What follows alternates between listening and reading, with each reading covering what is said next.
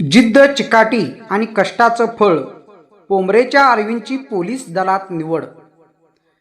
पोंभरे गावातील अरविंद प्रताप पाटील वय 25 याने अखेर आईवडिलाच्या कष्टाचं सोनं करत सांगली पोलीस दलात कॉन्स्टेबल पदावर निवड मिळवली आहे.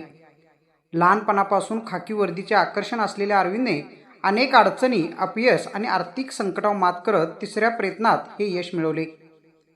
अरविंदचे वडील प्रताप लहू पाटील हे कुंभी सहकारी साखर कारखान्याच्या इंजिनिअरिंग विभागात हंगामी कामगार म्हणून काम करतात, तर आई गृहिणी आहेत. घरची परिस्थिती बेताची असल्याने अनेकदा शिक्षण आणि स्पर्धा परीक्षेचा खर्चही कठीण झाला. मात्र आई वडिलांनी कधीही मुलाच्या स्वप्नांना आड येऊ दिला नाही. माझा मुलगा खाकी वर्दीत दिसावा हे त्यांचे स्वप्न होते. ग्रामपंचायतीने उभारलेल्या अभिषेकेत बसून अरविंदने दिवस रात्र अभ्यास केला. सक्सेस क्लासेसचे सुधाकर चव्हाण, तानाजी पाटील, संभाजी कांडर, सरपंच उत्तम पाटील, संभाजी कांडर, अमर कांडर, बाबुराव पाटील, बाबासो पाटील, धनाजी कांडर, शिवाजी कांडर, विजय साप्ते तसेच सारंग पाटील यांचे मार्गदर्शन लाभले. या यशामागे आई वडील, आजोबा, आजी यांचा मोलाचा वाटा आहे. आता फौजदार होण्याचं स्वप्न पूर्ण करणार, अशा अरविंदने डोळ्यात पाणी आणत जांभळी कासा न्यूजशी बोलताना सांगितले.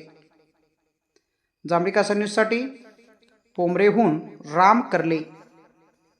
खाकी वर्दीचं आकर्षण कसं काय आणि खाकी वर्दीकडे म्हणजे पोलीस दलातच जायला पाहिजे या अनुषंगाने काय प्रेरणा किंवा त्यात कसा आकर्षित झाला?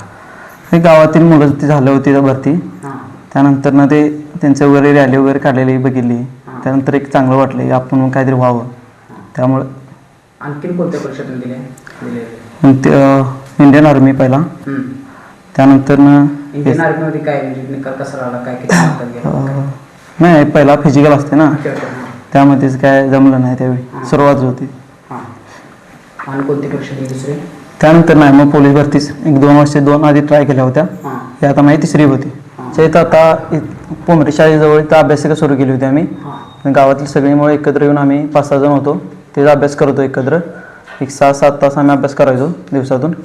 आणि आम्हाला मग काय गरज पडली तर आधी झालेले मुलं ती संभाजी कांडर, तानाजी पाटील पिसादरी यांच्याकडून वेगवेगळी मार्गदर्शन मिळालं. काय कसं करायचं, काय कुठल्या पद्धतीने अभ्यास करायचा, कुठली पुस्तकं वापरायची, त्यानुसार आम्ही मग ते रेफर केलं. इथं अभ्यास म्हणजे सार्वजनिक खर्चातून उभा केली का कसं? होय, ग्रामपंचायतीतून.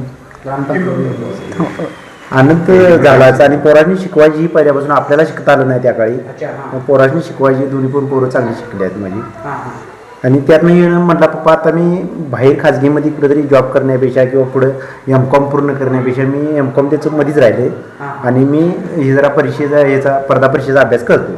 ठीक आहे म्हणलं. मग पहिल्या वर्षी नाही, दुसऱ्या वर्षी नाही, बरं आता त्यात पडायचं तर म्हणतो ते पूर्ण केल्यावर थांबायचं. एवढंच मी त्याला म्हणजे केलं. घरातलं काम करीत आपलं वैरणगाडी बघत येतं थोडा वेळ ते करीत.